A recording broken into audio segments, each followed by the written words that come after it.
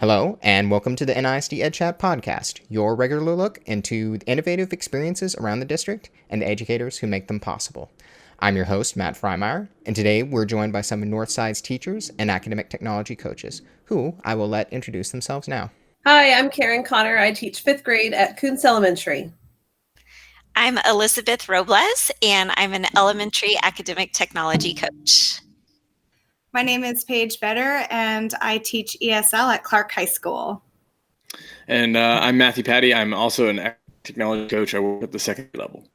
Thank you very much. Our topic today is distance learning, a subject I imagine we're all very familiar with by now, but we're going to be discussing some of our personal experiences in adapting to this new normal and going forward from being afraid of the outcomes to learning and growing from them. So let's start by talking about distance education in general. What has your transition experience been like? How is the change of learning environment pushed you to grow as an educator? And has there been any pleasant surprises? My students have been using technology quite a bit in the classroom. We were pretty heavy users of Google Classroom, hyperdocs, things like that, where they would exit a document and research and then come back to a document. So I don't think that the technology itself has been too hard for them. But when I ask them what's been the hardest, they say that they don't have the resources that they're used to, and I'm not right there for them to come and ask. Mm-hmm. They miss their friends, and so the social aspect has been very challenging. And for myself, I really struggled with a lack of sense of purpose. I felt like I was just putting things out there, and I feed off of their feedback, and not having that was really a struggle for me. So just the ways that I've grown is finding different ways to connect to them to make sure that they're getting what they need and I'm getting what I need. Paige, what about you? I kind of agree with a lot of what Karen said, because we have been using technology so much in our classroom. So at first I thought this would be a pretty simple transition because we've got access to Edpuzzle and Nearpod, and we're usually pretty good at using that. But I will say what has pushed me as an educator is not using these platforms that the kids are already used to, but finding new ways within these platforms to support them linguistically. For example, I didn't even know that you could link words in Edpuzzle, whether it's in the question or the answer. Yeah. And so I've been able to put vocabulary words in there and directly link it to, dictionary.com, so that if the kids aren't sure of that word, I'm not putting it on them to look that up. I'm trying to make access to learning as easy as possible for them. So it's been really interesting to see how I can also use Google Docs and hyperlink it to pictures for vocabulary. So they just need to hover over the word and the picture pops up, and they can see exactly what, the poet or the author is trying to communicate. So that's where I've found, I've really had to add a lot more than I've ever had before, but at least within platforms that the kids are already comfortable with. That's pretty awesome. I like Elizabeth and I know this phrase. It sounds like, Paige, you're doing some app smashing within your classroom assignments, which is pretty awesome. Do you guys mind if I comment a little bit on this question? I know I'm being asked really, but I think what has really kind of surprised me, or that I guess how it's been, is exactly what Paige just did, right? Paige just shared something about a tool that I had no idea you could do, the linking in Edpuzzle. Right. And I think that has been so powerful, the idea of all of us kind of working and taking ideas and making them better from each other. And I think that's been all of the digital collaboration. It's been ironic because we're no longer together, but we're also getting ideas from each other tremendously. So I think that's probably the biggest thing that I've seen that's been really surprising. Yeah. And really awesome. And I think for me, like just thinking about y'all as definitely tech savvy already, sharing how you're learning new things, we're learning new things. I've learned so much in the last several weeks that, more than I have probably the rest of the year. Absolutely. And I think everybody's kind of in that same place where they're just learning at this accelerated pace. And so it kind of just really makes me look forward to next year and how we can, use these things next year. And then one other thing I wanted to just comment on was how Karen mentioned keeping that connection, because I know, the reason that we become teachers is, we like kids and we want to connect with kids. And it's really hard when you feel as though you're just kind of throwing things out there and you're not really sure if the kids are getting it. And like you said, you don't have that immediate feedback of, what do you need help on? But I love that just teachers are finding ways to connect with their kids in just different ways. And so I think that's really cool that we're still able to connect to the kids. I know that's one thing. I have a 7-year-old, and that's one thing that his teacher's been doing is the Zooms and just the private comments and all of that on his work has really helped him to feel connected to her. And I hope that it feels the same for her as well, that she feels connected as well. Yeah, we've been using Padlet every week. And I share it out with all of my kids because my population is really awesome in the fact that they all know each other very well, whether they're in the same class or not. And so I've been trying to do a Padlet that connects kind of to the theme of what we are reading or studying. And last week we did the black cat. And so I had kids just share out a picture of their pet or any pet they would like to have if they could have any pet possible. And it was just really cool because the kids love to interact with each other again on that platform since they don't obviously get that now. I think they miss it quite a bit. They miss school quite a bit. Oh, yeah. So going kind of along the next question, like what's impressed you about your students' ability? Karen or Paige, what do you guys think? And you talked a little bit how they're missing that connection, but what's impressed you about them? They've really been very self-directed. And I was really surprised because this gives you a lot of freedom. And some of them, they want my Zoom to be a little bit later because they're waking up a little bit later. And so I kind of worried that the structure that we're so used to had fallen away, that maybe things wouldn't go as swimmingly. And they have been very self-directed. So I give them lots of props for that. There may be some behind the scenes parental support, and that's great too. But just to make sure that they're not, somebody on the Zoom this week said, "Can you guys believe we're in week 7 of spring break?" And I was like, "We are in week 7 of spring break." That is great. I haven't heard that. Oh man, would you mind if I tweeted that out? I really want to tweet that out. Tweet away. That's funny. Like the summer break. 7 of spring break. That is great. Oh, man. Didn't feel like spring break to me. No, it has not. Definitely not. No. I kind of the same thing that what Karen is seeing. I've been very happy with how my students have gotten comfortable with advocating for themselves to send me a picture of number 2 and say, "Look, I think it's B, but this word in D is really throwing me off and making me double guess it. What do you think?" And almost even requiring that on some assignments. Like if you don't ask for help, you don't get to do a alternate assignment to recoup your grade. But once they saw that I was there and I was answering pretty quickly, man, it's been nice to see them just ask for help, because I feel like that is a life skill. Like it is such an important life skill. And any of them planning to go to college after this, or just in anything, they need to know how to ask for help. So that's made me, I think, the most proud. Elizabeth, have you interacted with students at all? I feel like I love what you said about them being able to ask for help, because I think even at our elementary level, and Karen, you can kind of ping off of this, our kids are doing that. Even, our little ones are learning how to do that. And it's pretty amazing to see. Yes, our kids know technology, right? But to be able to see them even at this young level, be able to apply those technology skills in the learning environment is super cool. And I'll tell you, my son, again, 7 years old, he's like, "Let me find a YouTube video on that." He can't figure something. I'm like, yes, because that's what I would do totally as an adult learner. I'm like, okay, let me find a video on YouTube. So I just think it's cool. I think that this has kind of forced our kids in a way to learn some of those skills that maybe they maybe wouldn't have learned until later, or maybe never.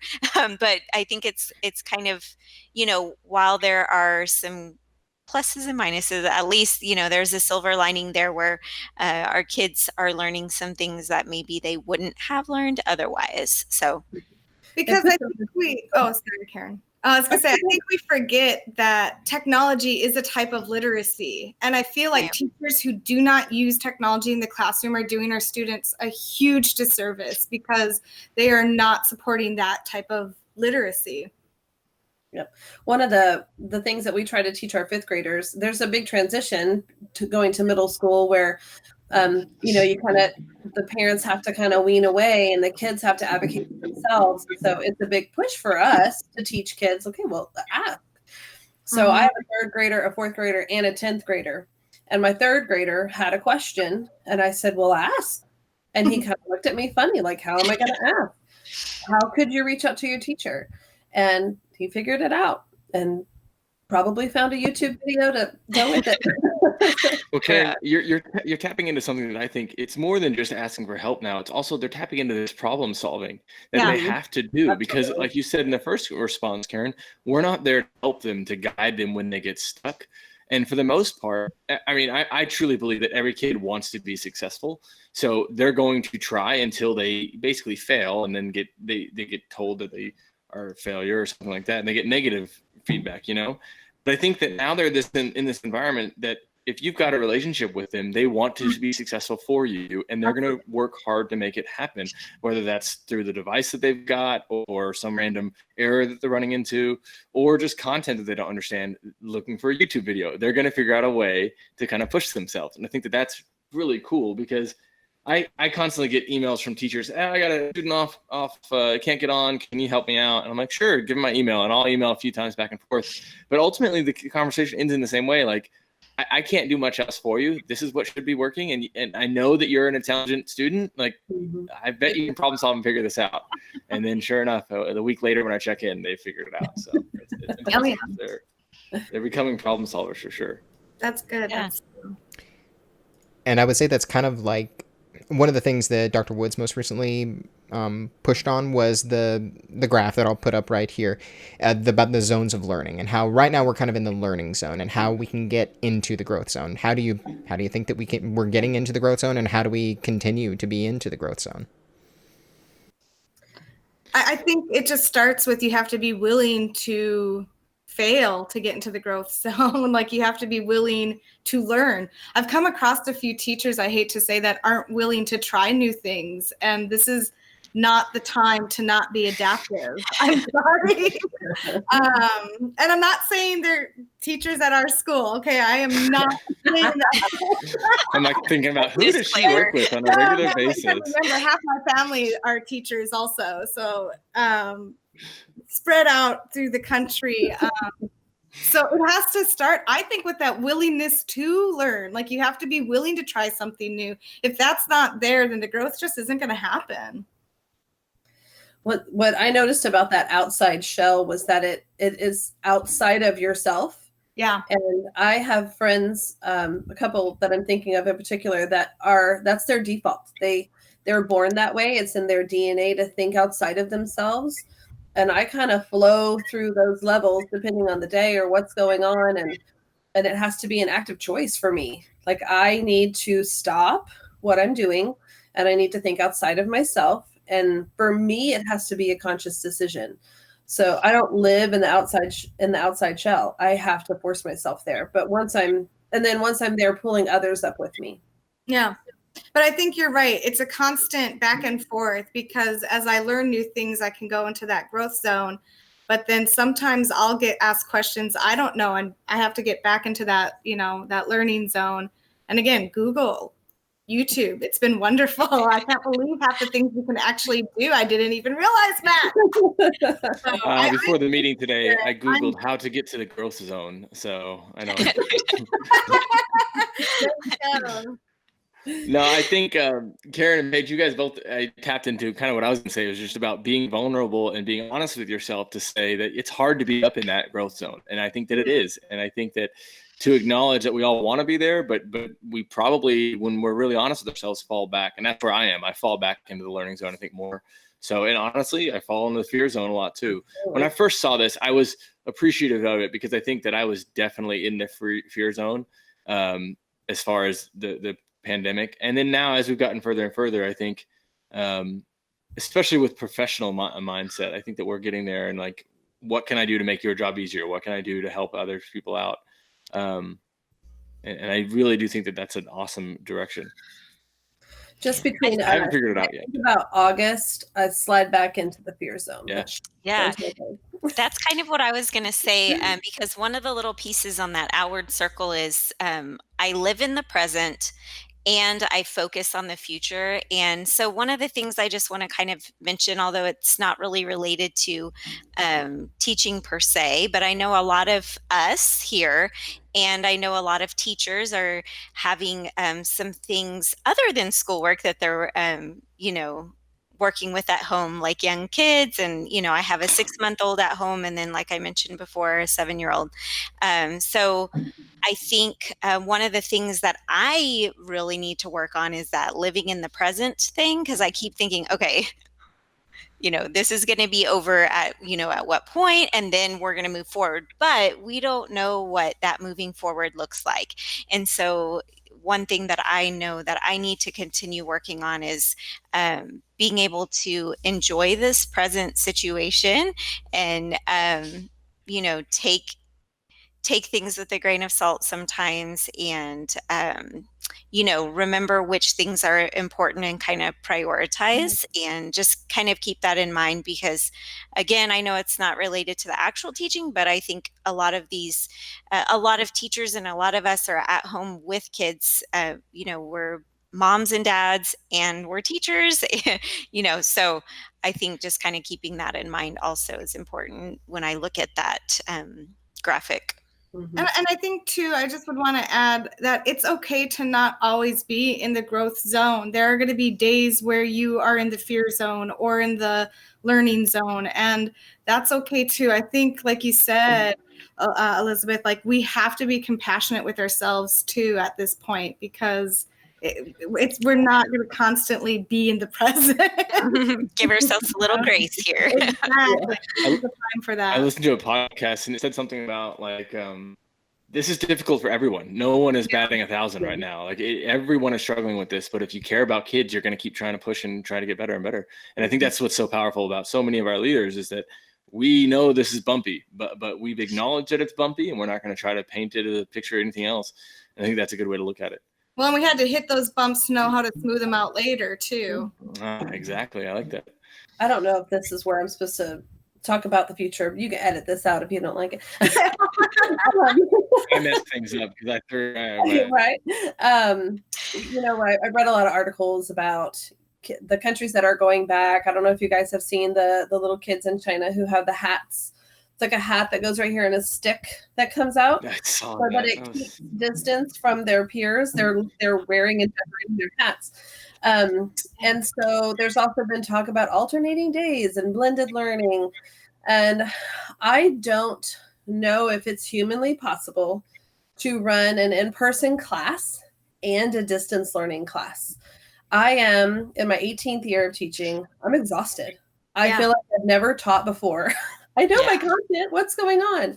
Right. I really hope that they can somehow compartmentalize, like the people who need or want distance learning, and they are with a teacher, and the people who are in person and they are with a teacher, because just the feedback piece. I'm so used to feedback happening organically. I'm sitting next to a student. We're working through a problem, and here the feedback takes me 3 hours. It's the drain on my body and my mind. I just really hope that going forward, we can have a realistic solution that keeps teachers' health in mind.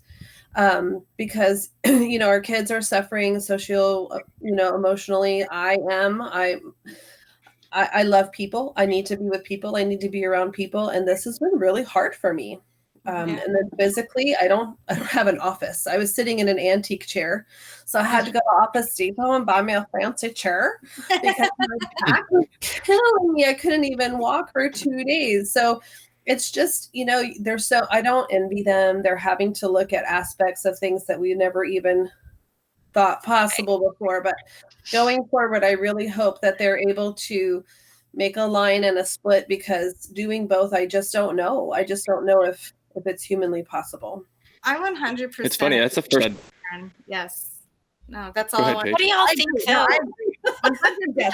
No, because it I is. hadn't heard of that idea yet. So that's Karen. I never thought about that, and it's pretty interesting. Elizabeth, what was the question you were about to ask? I was just going to say, like, let's say that even if it's part-time in class and part-time out of class, or whatever is decided, how can we use this experience that we've been through right now to kind of push us forward with that, whether we're in class physically or not? How can we kind of use these experiences to push us further?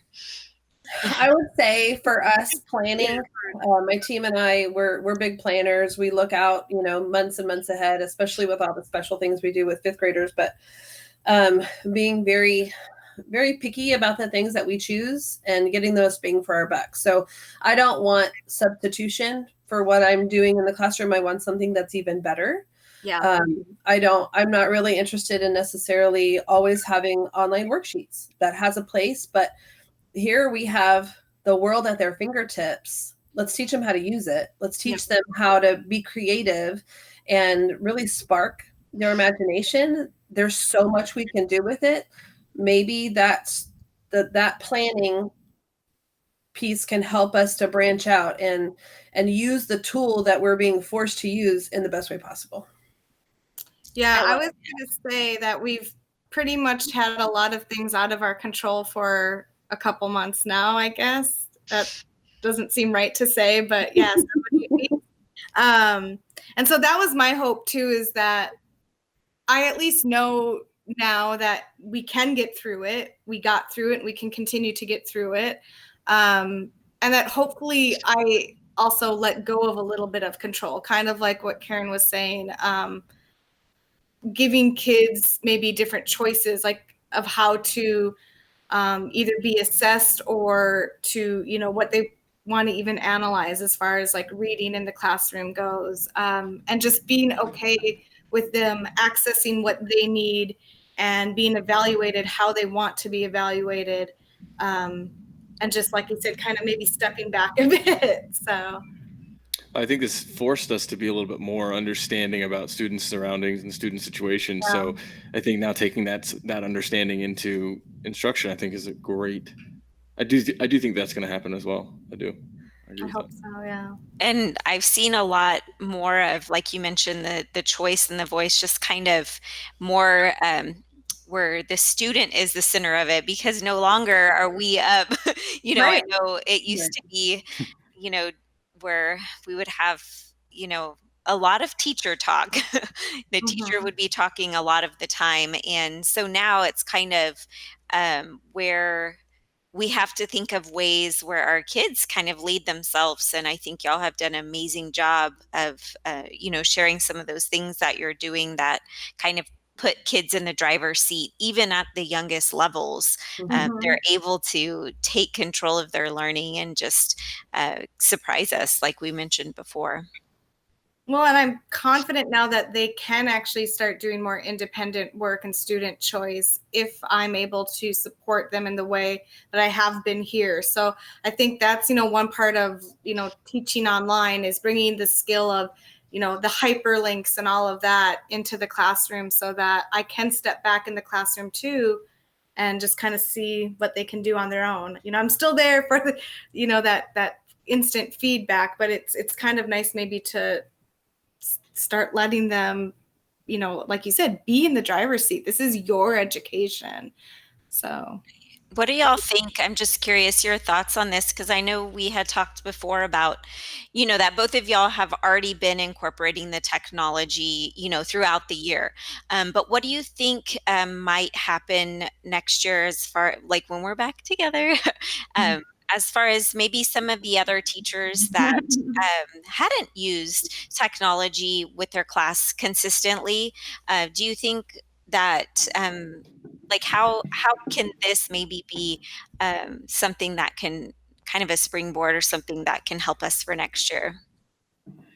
We were doing a whip around at our team leader meeting, and you kind of know the teachers on your campus that are a little more reluctant to use the technology, and now they're being forced to, like you said, but they're getting excited on our campus. They're like, oh, I didn't know I could do it that way. And it, in a lot of ways, it's more efficient. It's more efficient, more engaging, it's more fun. Will they go back? I certainly hope not, because you found a better way to do something. Why would you leave it? I think it'll take them a little bit longer maybe to get into the more student-driven assignments, unless I can get to them first. Because really, if it's student-driven, you do a lot of the front loading, and then they go. And you're not left to recreate things day after day. They create them. And I just hope that the fire that's lit right now that we're getting a little more comfortable, will carry over. Yeah, I had a colleague, ask me, I want to use Edpuzzle. Apparently you use it all the time. Help me use this. And so we did like a Zoom chat. And what I loved at the end of it was she was like, are we paying for this? Paying for this? Yes. And she's like, why aren't we using it? And I think that's been another thing too. And I'll, maybe talk about that more in number 5 or 6, but we need time to work with the tools that our schools have given us. And a lot of us haven't had that time until now. But I think there's so much out there, and yet we don't get to experiment with it, and we need to be able to do that. Paige, it's ironic because I'm in the same boat. Like, I literally had a meeting today with a teacher, and we talked about a tool that I've used in the past. I've used it as a teacher. It's been around that long, but I was introduced by news about it today that I'd never heard of before. I think that tools are constantly evolving, and I think you're right. We do have to have that time. What's exciting about this, Karen, thinking about those teachers that are not on the upper cusp, right, of ed tech integration, or weren't before, because now we all are, right? But I think what's cool is in August, Google Classroom is no longer going to be a bad word, right? There's no worry about intimidation of Google Classroom or online assessment. Like they're all, so the language now is going to be uniform. And I think the language in PLCs, oh, well, I did that with a Google form. Oh yeah, I guess you could do that. And it's no longer going to be like, well, what is that? I'm going to tune out. Like, everyone's going to have a knowledge, and we're going to, I think we're going to skyrocket. Now, it may be 2 more years before we see brick and mortar like we used to, but I'm still being hopeful that I think that this is going to really, really do well.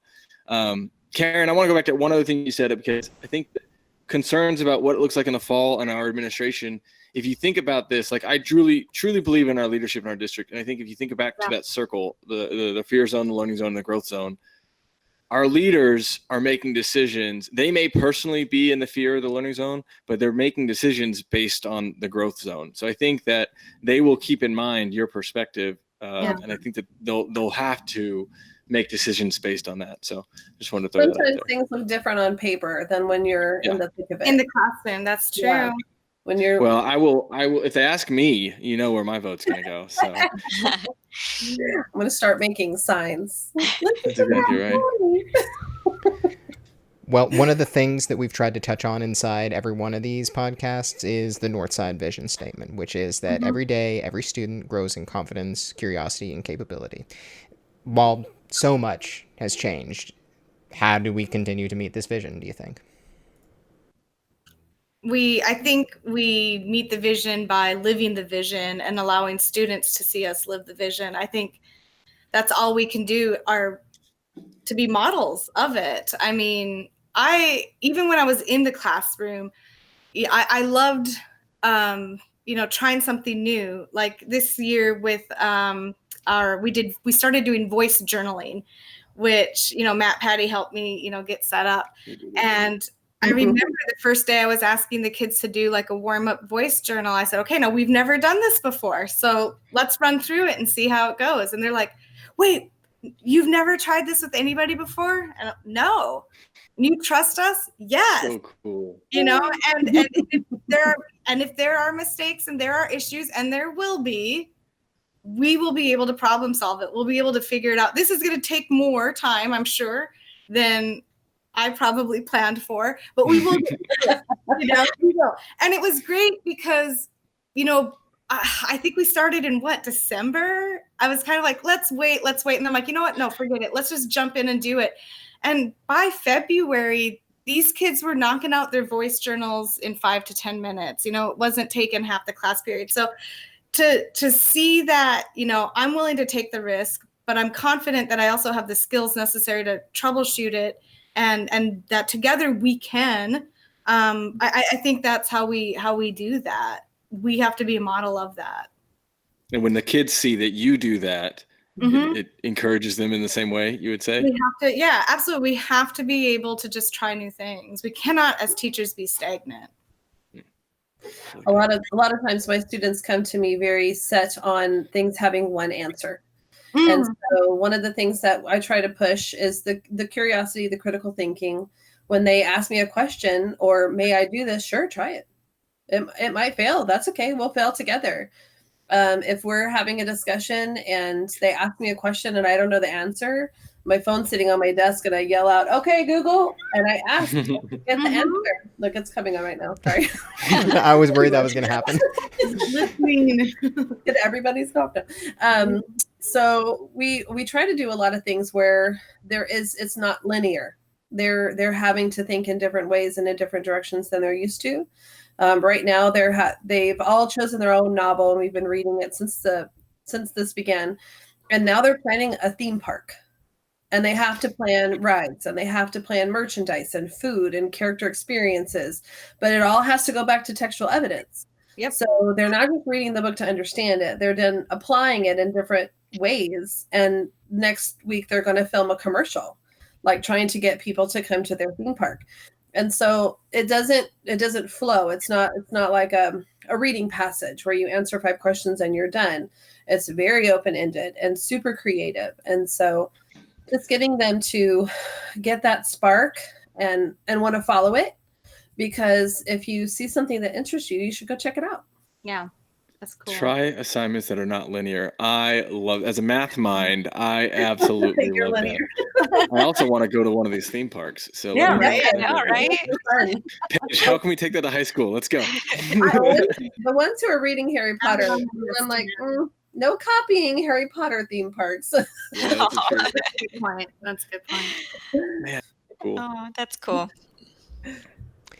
Well, I suppose we can kind of wrap things up with, we've already kind of talked about what we can do going forward into the next school year, but I would just ask, do you have any advice for other teachers, administrators, and really students and parents also?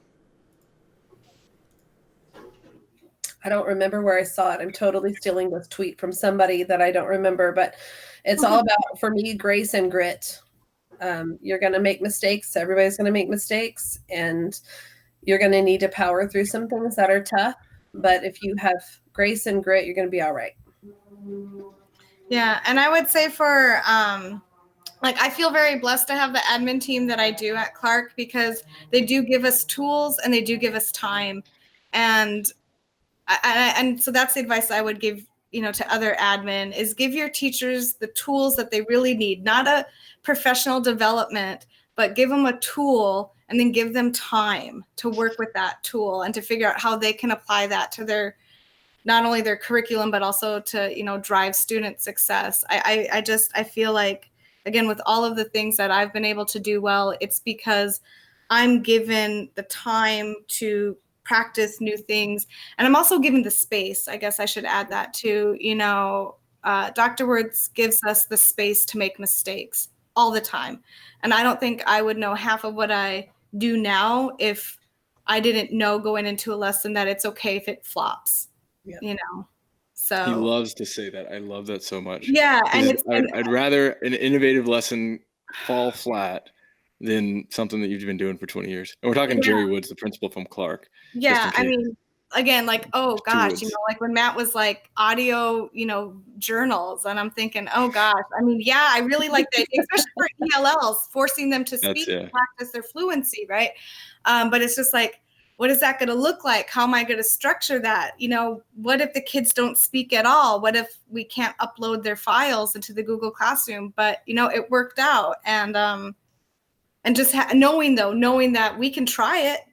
And if it doesn't work out, it doesn't work out. But, he's definitely not going to be knocking on my door wondering why we wasted 30 minutes trying it. So, having the tools and having the space to take risks as an educator and to be trusted as a professional by your admin team, that's so important.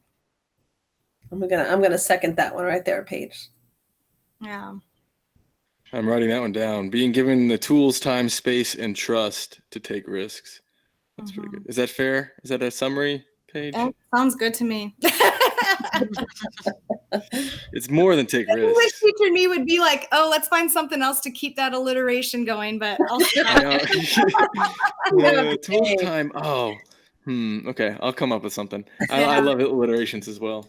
Matt and Elizabeth, how about y'all? Any sort of final words? Any advice going forward? I love what y'all said. I think y'all kind of really encapsulated it. One thing that just kind of comes to mind is just the idea of less is more, which I know, I think, Karen, you mentioned that before. And when you were describing the activity that you have your kids doing with the theme parks, just, it might be kind of like one lesson or whatever you want to call it, but it's not a bunch of these worksheets. And I just love that idea of it's really allowing your kids to do some things that they wouldn't be able to do with the digital worksheets. So also just patience and, connecting with kids. I think that would be something that I would hope for going forward also. I just hope teachers stay positive and focus on their why. It's tough, but try to remember why you're here. Yeah, it is definitely tough. And I feel like, I don't know that any of us really were expecting how tough maybe that it has turned out to be for all different reasons. But it makes me so just proud and just pleased with the way that teachers have continued trucking on and have adapted and have been flexible. And, even those teachers that were really reluctant before, they are doing it now, and I'm just really proud of them. So I think, just that's what educators do is, we push and we, we're flexible and we keep moving it on. So I think it's, I think teachers have definitely been a great model throughout this whole experience and what they've done, and they've worked harder than ever, even though we don't have the STAR test. For week 7, that's for sure. What's really great about, I can speak to the communities that I work with, is I think the students and parents get it too. They get how hard we're working on, how difficult this has been. And I think that they're being understanding with all of that as well. The one thing that I would say to teacher leaders, and I'm including Karen and Paige, both of you guys in this, because you work with teachers in lots of capacity, is the phrase fisherman, not fish. Because I think that that's the biggest kind of mindset that I've had to go through with this, is anytime someone asks me a question, I know either I'm going to get that same question or this teacher will. So if I can really instill the confidence for them to go forward and then teach other teachers, it's going to make my job much easier. And I think that that's what we have to think going forward, is the idea of I don't want to just provide an answer. I want to provide a confident skill set so that this person will understand it and be able to communicate that later, because that's what's going to be really valuable. Just like we do for our kids. Yeah, exactly. So that's what I'd say for the fall, for the admin big time. And then you guys who are going to push all those teachers in the fall. See, Paige makes my job easy. It's awesome. No, it's fun. I like to be your guinea pig because, again, we're in an environment where it's safe for us to try new things. And that's, like I said, that's been the best part of my teaching career is getting that opportunity. So it's been cool. Awesome. All right, y'all. I think that is going to do it for this episode. I want to thank all our guests for being here today and for our listeners for tuning in. We will see you next time on the next NISD EdChat.